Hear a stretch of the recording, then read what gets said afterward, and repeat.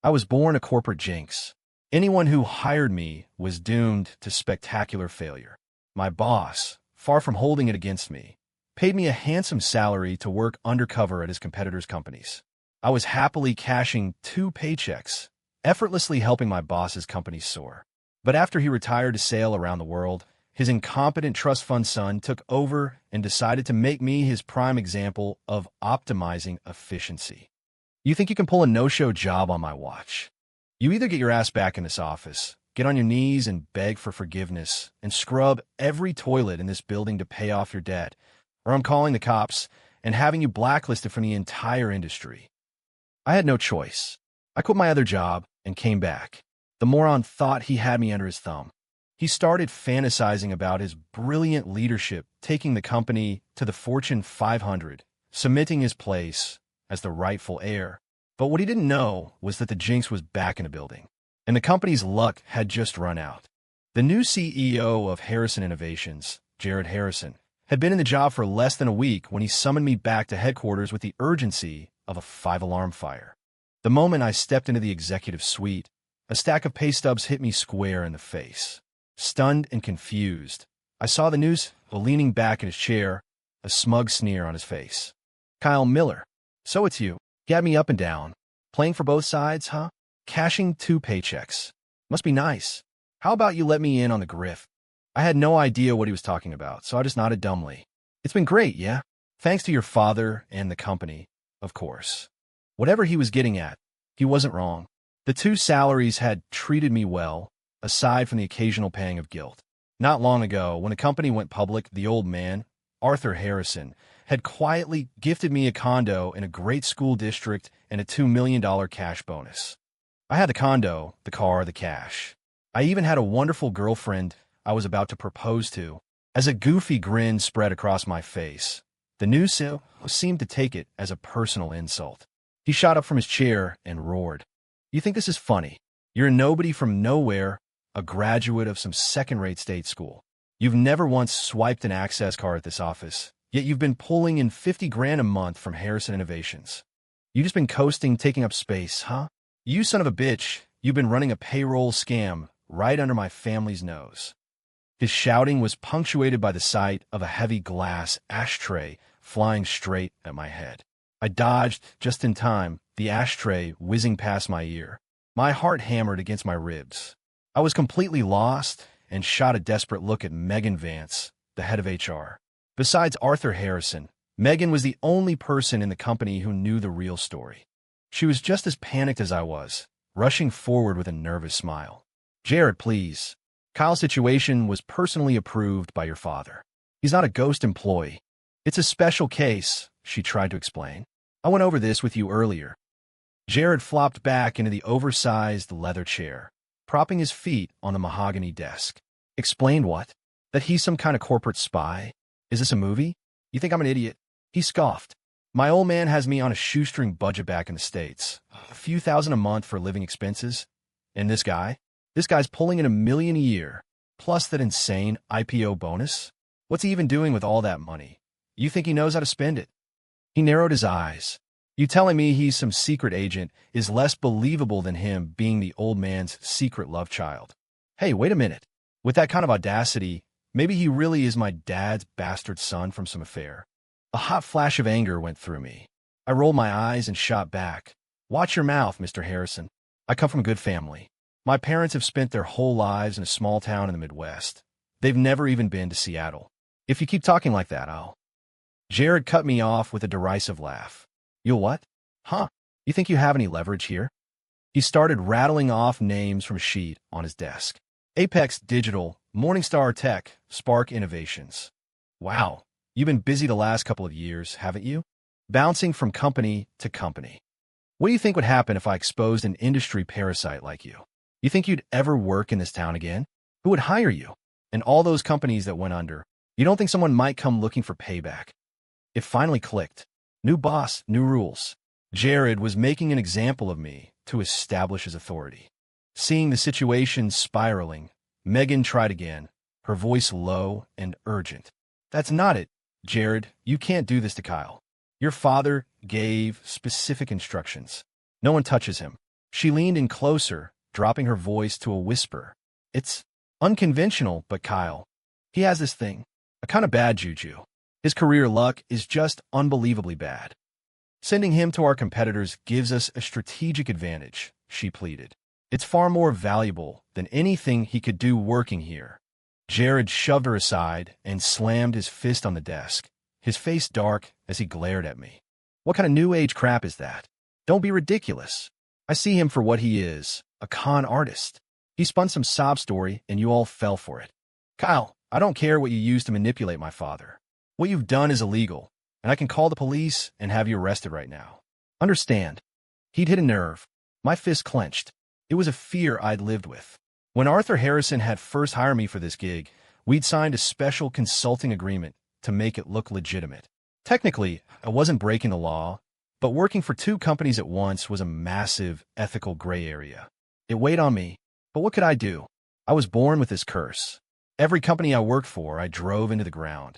A psychic back home once told me that at least I didn't bring down good people, just soulless corporations. If the boss had a shred of decency, the company would probably be fine. The problem was the world was full of corporate sharks. In 3 years, I'd tanked over 30 companies. My track record was impeccable. I hit rock bottom right before I met Arthur. He was a shrewd man who had a thing for the unconventional. After I single-handedly botched 10 major deals, he didn't fire me. Instead, he called me into his office and offered me a promotion and a raise. The condition, I go work for his biggest rival. At that point, I was desperate and starving. I gratefully accepted. He told me I didn't have to sabotage anything or steal trade secrets. Just show up and do my job. The rest would take care of itself. So, for 2 years, I collected 2 paychecks and helped Harrison Innovations grow from a $10 million venture to a $1 billion publicly traded company. Arthur was so thrilled he decided to take his wife and daughter on a trip around the world. He left the company in the hands of his son, Jared, fresh from his MBA program, to see if the kid had what it took. I was ready to be loyal for life. But now, if Jared was really going to call the cops, or even just fabricate some evidence of corporate espionage, my career would be over. I could even end up in jail. Compared to my freedom, the high-paying gig wasn't worth it. Taking a deep breath, I looked Jared in the eye. Mr. Harrison, if the company no longer requires my services, I'll tender my resignation right now. No. No. 2 voices shouted at once. Beads of sweat formed on Megan's forehead. Jared, you're new here. You don't understand the full picture. Kyle is a special asset. He helps us. I don't care if he's the goddamn Messiah. Cut this superstitious nonsense. The point is, he took my family's money, and he's going to give it back. You think you can just walk away from this? Not a chance. Jared spat, his eyes locked on mine. Looking at his face, so similar to his father's, I remembered the kindness Arthur had shown me. When I couldn't even afford a decent meal, he not only hired me, but paid me generously and never treated me with anything but respect. I let out a long breath. What do you want me to do? I asked, my voice heavy. A triumphant grin spread across Jared's face. What do I want? I want you to quit your other job immediately. And I want you to return every dime you took from my old man. The money, the car, the condo, everything. And then he continued, savoring the moment. You're going to get on your knees and apologize to me in front of the entire company. After that, you'll report here for duty and you'll do whatever I say. Consider it interest on the money you stole. No, this time it was me and Megan in unison. Megan looked like she was about to faint. Jared, you can't be serious. Your father was adamant. He said, whatever you do, don't fire Kyle, and more importantly, don't let him come back to work here. He's not joking about this stuff, she pleaded. Bringing him back will ruin us. I nodded vigorously. She's right. I can't come back. Look, I'll quit both jobs. I'll get out of the industry for good. I'll return the money and the condo. I've already spent some of it, so I can't pay it all back at once, but we can work out a payment plan when your father gets back. Arthur had been good to me. I couldn't repay his kindness by destroying his company. Dream on. Jared sneered. Stop trying to use my dad to scare me. He might be old and senile enough to fall for your act, but I have an MBA from Wharton. You think I'm playing games? Fine, you don't have to come back. Just pay the company $5 million in damages. Otherwise, I call the cops and make sure you're blacklisted forever. ###4. I was floored. $5 million. After giving back the money and the condo, I wouldn't have $5 million if he sold my organs on the black market. I can't pay that, I said, defeated. But if you're forcing me to come back, you have to get your father's approval first. I was trapped. I had gotten greedy, and now I was paying the price. Megan, looking like she was on the verge of a collapse, shakily dialed Arthur's number. Jared, if you make Kyle come back, this company is going to suffer. You need to tell your father yourself. I can't be responsible for this. Before she could finish, Jared slapped the phone out of her hand. It hit the wall and shattered. My dad is on a cruise ship in the middle of the Pacific. He doesn't have a signal. Stop bringing him up. I'm in charge now. What I say goes, he bellowed. And you can do your job as HR director, or you can get the hell out. You stood by and watched this leech bleed us dry for 2 years. Useless. The verbal assault was too much for Megan. Her eyes rolled back, and she collapsed in a heap on the floor. Jared turned his glare back to me. So, the money or the cops? Seeing me hesitate, he picked up his own phone and slowly, deliberately began to dial 911 in front of my face. For what I hear, you're from some dead-end town in the middle of nowhere. How do you think your loving parents will feel when they find out their precious son is about to go to prison? His thumb hovered over the call button. That was it. I couldn't take it anymore. Okay. I took a shaky breath. I'll return the money. I'll come back to work. But I will not get on my knees. Everything I did was under your father's direct orders. It wasn't. Act. My words were cut off as someone kicked the back of my knees. My legs buckled, and I crashed to the floor, kneeling right in front of Jared. 2 burly guys I hadn't even noticed before grabbed my arms, holding me in place and forcing my head down. Jared finally smiled, a wild, triumphant laugh echoing in the office. He pulled out his phone and started a company-wide live stream on Slack. See, you know how to kneel after all, he crowed. Had to teach you a little lesson. You can't treat the CEO like some kind of joke. Everyone, take a good look. This is what happens to parasites who try to cheat this company. Let's see who else dares to defy me. $1 billion valuation is nothing. My goal is the Fortune 500. I'll show my old man what a real Wharton grad can do. I'm not a write-off like my sister. His manic laughter filled the entire top floor. Forced into this humiliating position, my hands clenched into fists, a silent rage building inside me. And for the first time, I felt a deep, profound gratitude for my curse. Laugh it up, Jared. Let's see how long you can keep that smile on your face. You have no idea what kind of bad luck you've just invited through the door. The company isn't heading for the Fortune 500. It's starting a countdown to bankruptcy. My prediction was spot on.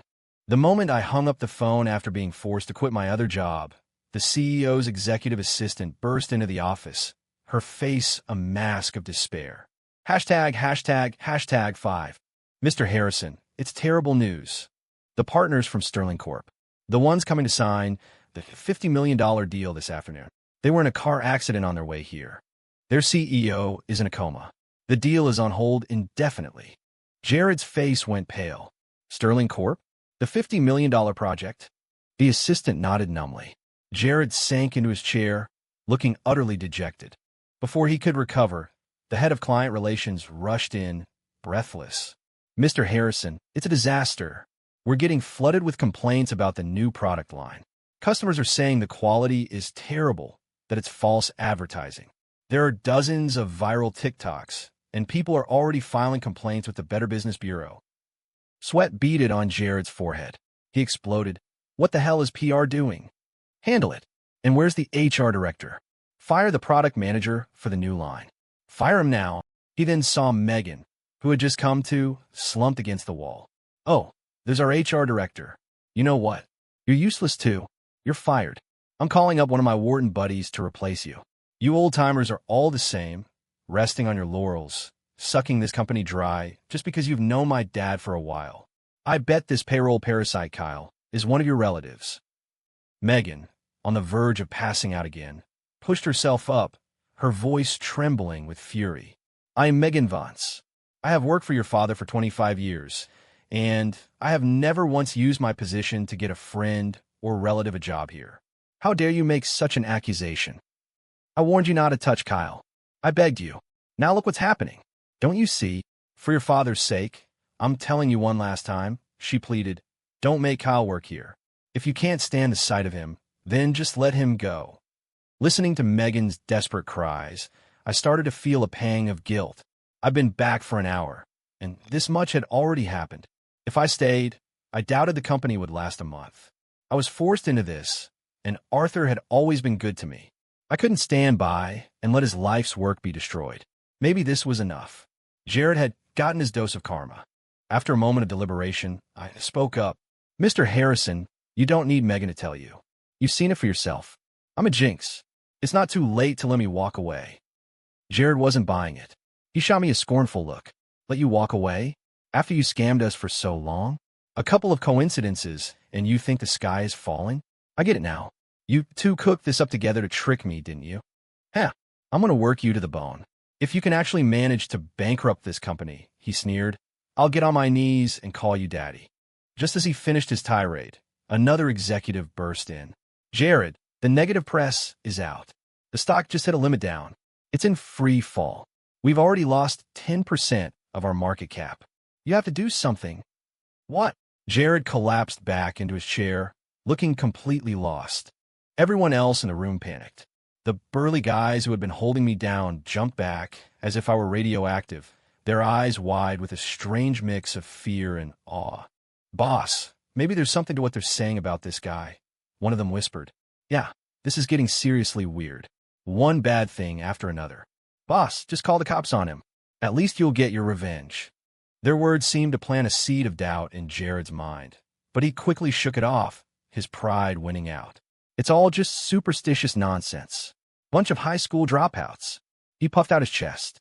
I'm a Wharton graduate. You think I can't handle one troublemaker in a small-time company? Just wait. I've already called my girlfriend for backup. She was a classmate of mine at Wharton, a top-tier professional manager. She'll have this mess sorted out in minutes.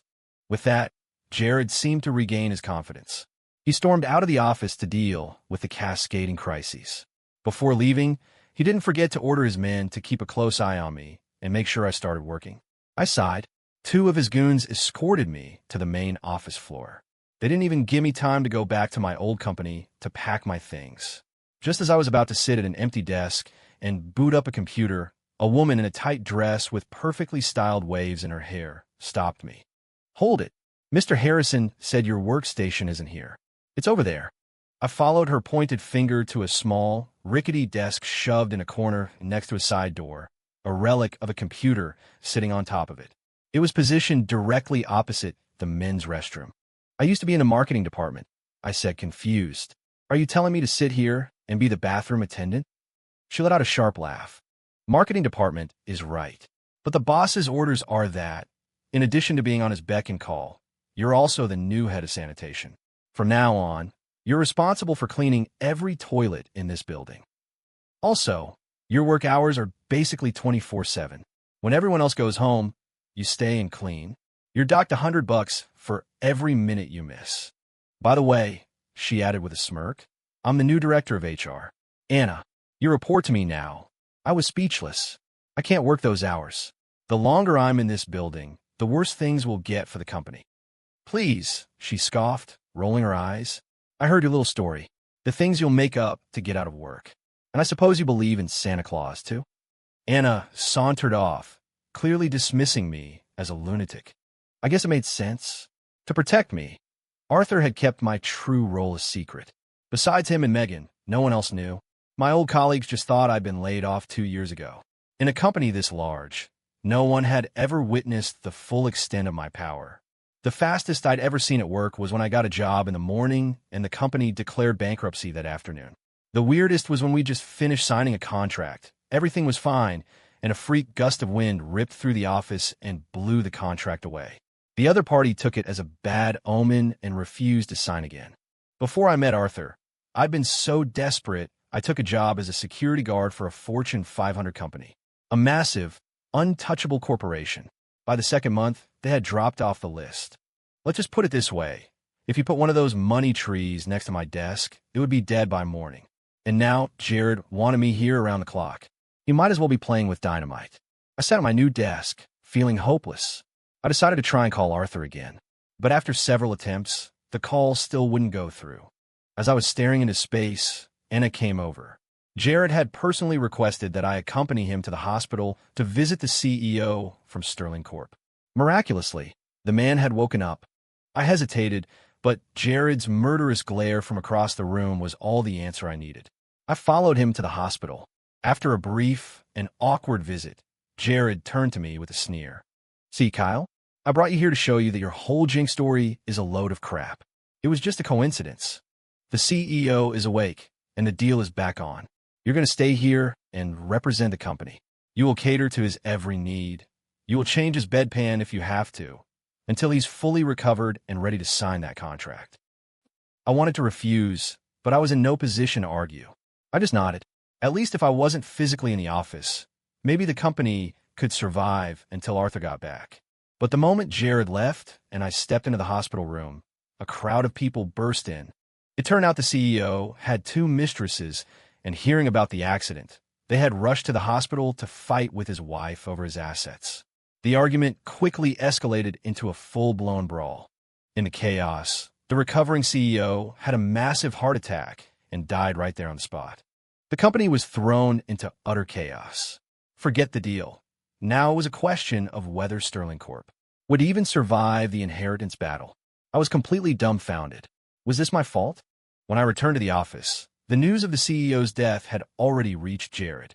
He looked like he'd been punched in the gut. "Damn it. Couldn't he have signed a contract first?" he muttered, pacing his office.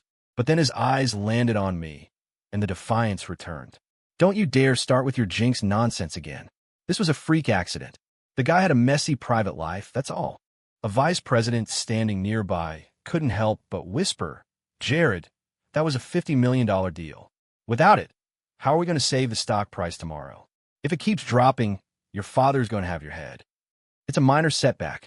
Stay calm," Jared said, trying to reassure them and himself. Then he remembered something. "It's fine. Anna worked her magic tonight. She's lined up a meeting with Mr. Russo from Apex Manufacturing. This is a huge client, and he's holding a $100 million procurement order. If we land this, who cares about the stock price?" He pointed a finger at me. "Kyle, you're coming to the dinner meeting tonight. Russo is a heavy drinker. I don't care if you have to drink until you puke blood. You will keep him happy. One screw up, and you're dead to me." The mood in the room lifted instantly. Everyone started praising Jared's quick thinking. I hesitated. "Mr. Harrison, I'm not much of a drinker. Maybe I should sit this one out so I don't jeopardize the deal." Jared's face hardened. "You can learn. You think I want to get hammered? If you don't entertain the client, don't blame me for what happens next." I fell silent. Great. A $50 million deal goes up in smoke, and he thinks it's no big deal. Now he's chasing a $100 million one. I couldn't even imagine what the stock chart would look like tomorrow. The board was probably already sharpening their knives. But, to my utter astonishment, the dinner meeting went off without a hitch. It was unnervingly smooth. #8. It was true. All evening, Mr. Russo was incredibly agreeable. There was no pressure to drink excessively, and he readily agreed to the partnership. The mood was celebratory, and he even signed a contract right there at the dinner table. Jared was ecstatic. He was so happy that he started calling me Kyle instead of sneering my name, his mood buoyed by several glasses of expensive whiskey. I went home that night feeling deeply uneasy. Was it possible my curse was finally lifting? The next morning, however, my hopes were dashed. As I walked into the office, I overheard the cleaning staff marveling at how every single one of the decorative money trees in the lobby had withered and died overnight. My heart sank, so it wasn't over. Fortunately, Jared was still in a good mood. He didn't even glare at me when he walked past. The news of the $100 million contract had hit the business journals last night, and our stock shot up, hitting the circuit breaker at the opening bell. A wave of relief washed over the entire company. Even Arthur called, his voice booming with excitement. I just got off the cruise ship and onto an island with a signal, and the first thing I see is our stock hitting the roof. "Well done, son. That's my boy, ha ha ha." Jared, basking in the praise, put one arm around Anna and boasted into the phone. "See, Dad? I told you I was smarter than Claire. Just give me a chance, and I'll shine. I'll have a big surprise for you when you get back." Arthur's hearty laugh crackled through the speaker. Good. I'm looking forward to it. I brought your sister on this trip specifically to give you room to prove yourself. No more slacking off. If you show you have what it takes to lead, she won't have a leg to stand on when it comes to the succession. But there's one thing you absolutely must remember. I told Megan to keep an eye on it for me. There's an employee named Kyle Miller. You can't touch him. You haven't touched him, have you?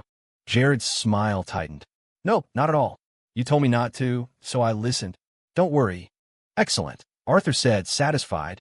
As long as you leave him alone, our business will thrive. We'll be unstoppable. After he hung up, Jared looked at me with a strange, suspicious expression. He turned to Anna. You don't think he actually is the old man's kid, do you? Why else would he be so concerned about him?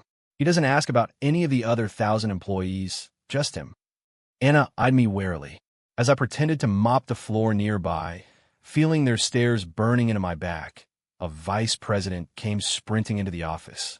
Jared, bad news. It's terrible news. Jared, who had just taken a sip of his coffee, sprayed it all over his desk. Now what? Stop being so dramatic. There's nothing I can't handle. The VP was panting, struggling to get the words out. It's Mr. Russo from Apex Manufacturing. He's vanished. He's completely disappeared. Hashtag, hashtag, hashtag. 9. Jared shot up from his chair and grabbed the VP by his collar. What are you talking about? Don't mess with me. The VP, on the verge of tears, held up his phone, showing him a news article. It turns out Russo was wanted for massive corporate fraud. His company was a shell, and he was drowning in debt. This morning, after he cashed our $50 million deposit, he skipped town. His entire company is gone. Just an empty office and a line of angry creditors. At that moment, an assistant ran in. Sir, the scandal is out. The stock has reversed. It's gone from a limit up to a limit down. It's frozen. The forums are full of investors calling for your head, and several of the major shareholders are on their way up here right now. No, it can't be. It has to be fake. This was my comeback.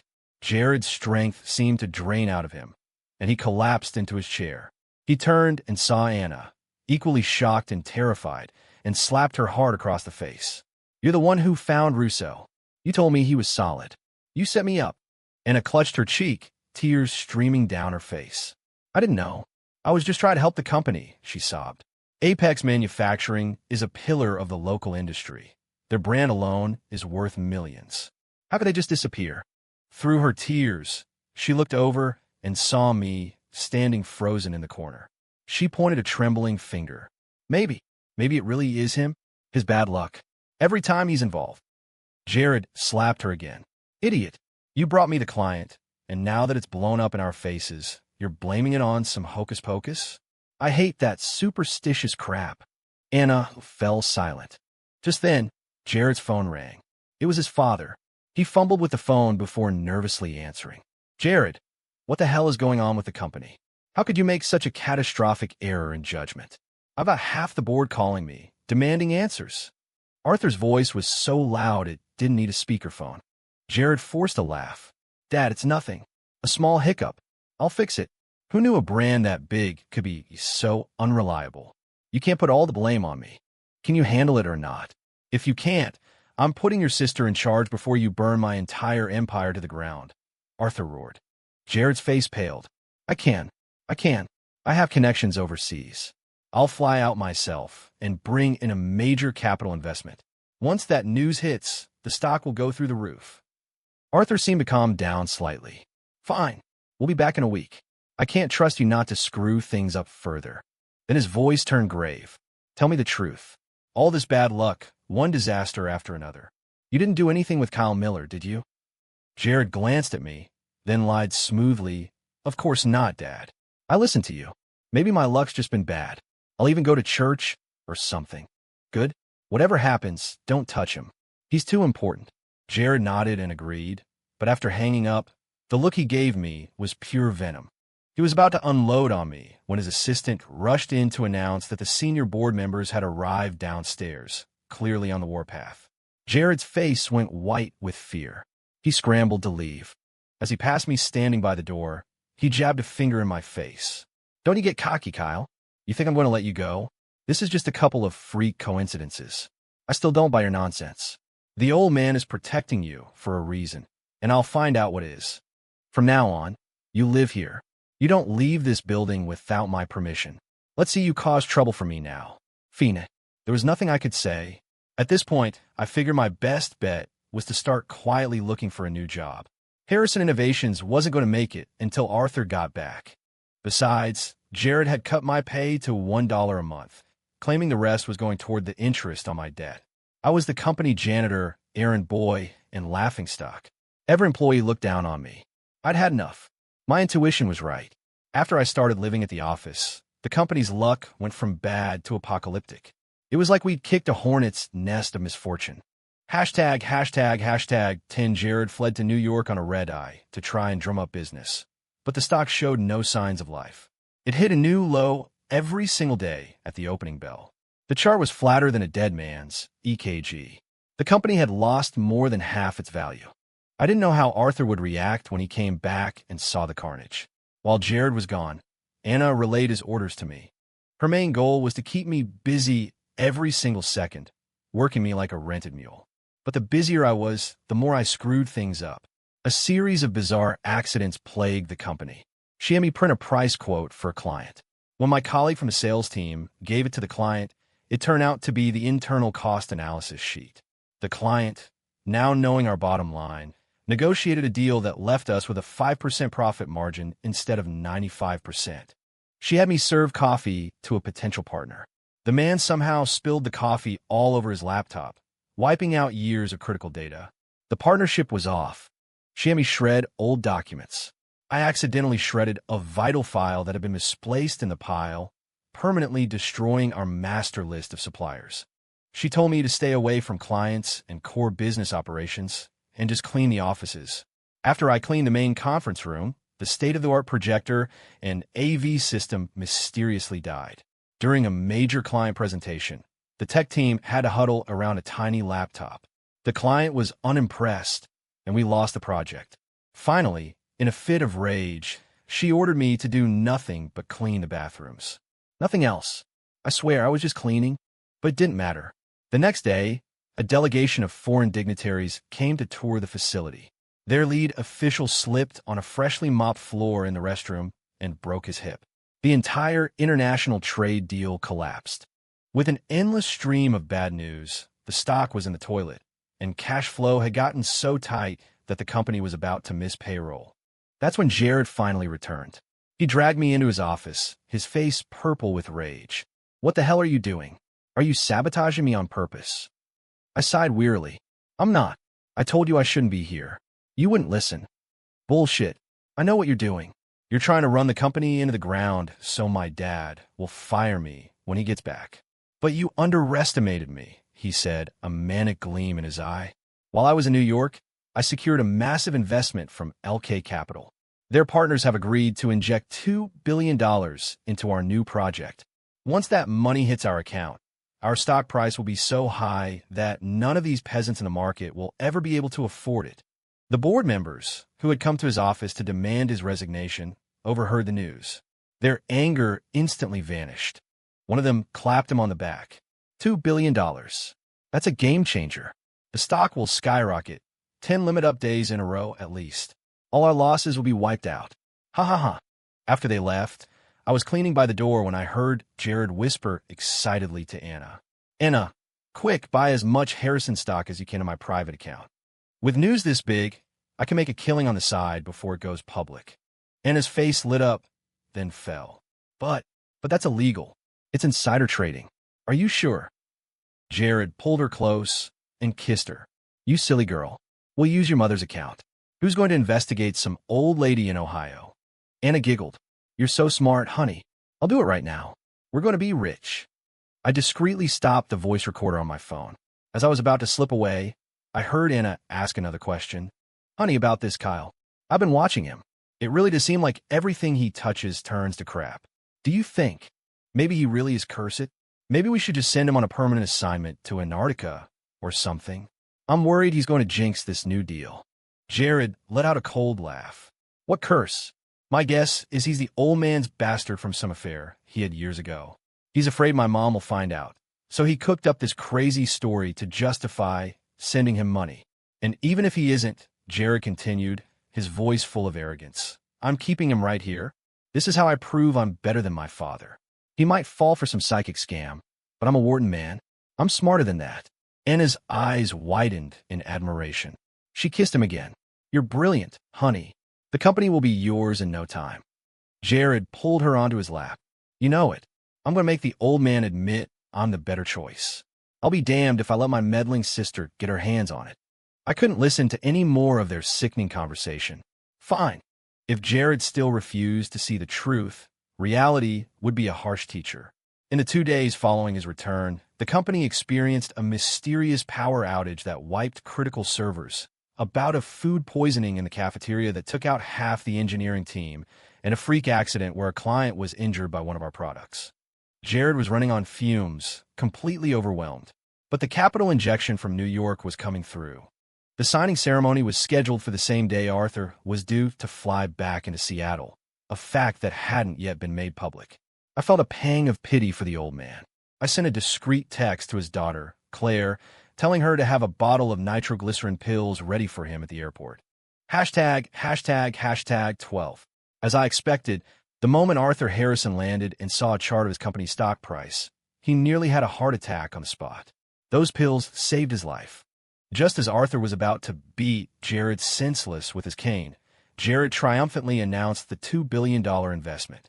He had just released the news to the press, and the company's stock had executed a stunning reversal, shooting from a limit down to a limit up in minutes. The trading volume was so high you couldn't buy a share if you wanted to. Arthur was overjoyed. He declared on the spot that after the signing ceremony, he would officially name Jared his successor. Jared stood in the center of a crowd of fawning executives, basking in the glory. Claire looked heartbroken, realizing her father had only invited her on the trip to get her out of the way and give her brother a chance to shine. But she was smart.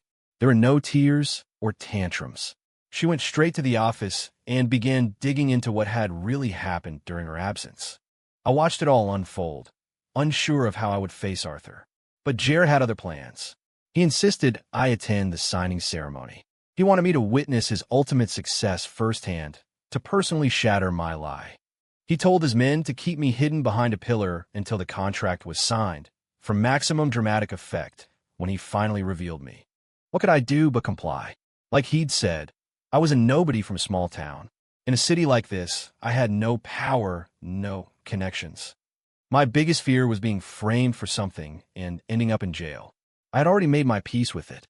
Once Jared ran Harrison Innovations completely into the ground, I would be free. So I wasn't really suffering. I was just waiting. The signing ceremony began. Jared was being extra cautious this time. Security was tight, service staff was minimal, and only a handful of essential guests were invited. He wasn't taking any chances. I was guarded, standing far in the back behind a large marble column, with no opportunity to interfere. Everything was in place. All that was needed was a little push from fate.